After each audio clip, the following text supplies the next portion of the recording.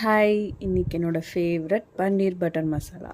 Easy and ஃபாஸ்ட்டாக எப்படி பண்ணுறதுன்னு பார்க்கலாமா? பேன் சூடானதும் 3 tablespoon oil, 1 tablespoon butter, ஒரு மீடியம் சைஸ் ஆனியன் ஆட் பண்ணி, தென் அது கூடவே 2 காஞ்ச மிளகா, 4 பல்லு பூண்டு, ஒரு மீடியம் சைஸ் தக்காளி, கொஞ்சம் முந்திரி ஆட் பண்ணி 50% வேகிற அளவுக்கு வதக்கினா மட்டும் போதும். தென் அப்படியே அதை மிக்ஸி ஜாருக்கு மாற்றி பேஸ்ட்டாக அரைச்சி வச்சுக்கலாம். அண்ட் அதே பேனில் 3 டேபிள் ஸ்பூன் பட்டர் ஆட் பண்ணி ஒரு மீடியம் சைஸ் ஆனியனை ஃபைனாக சாப் பண்ணி எடுத்திருக்கேன்.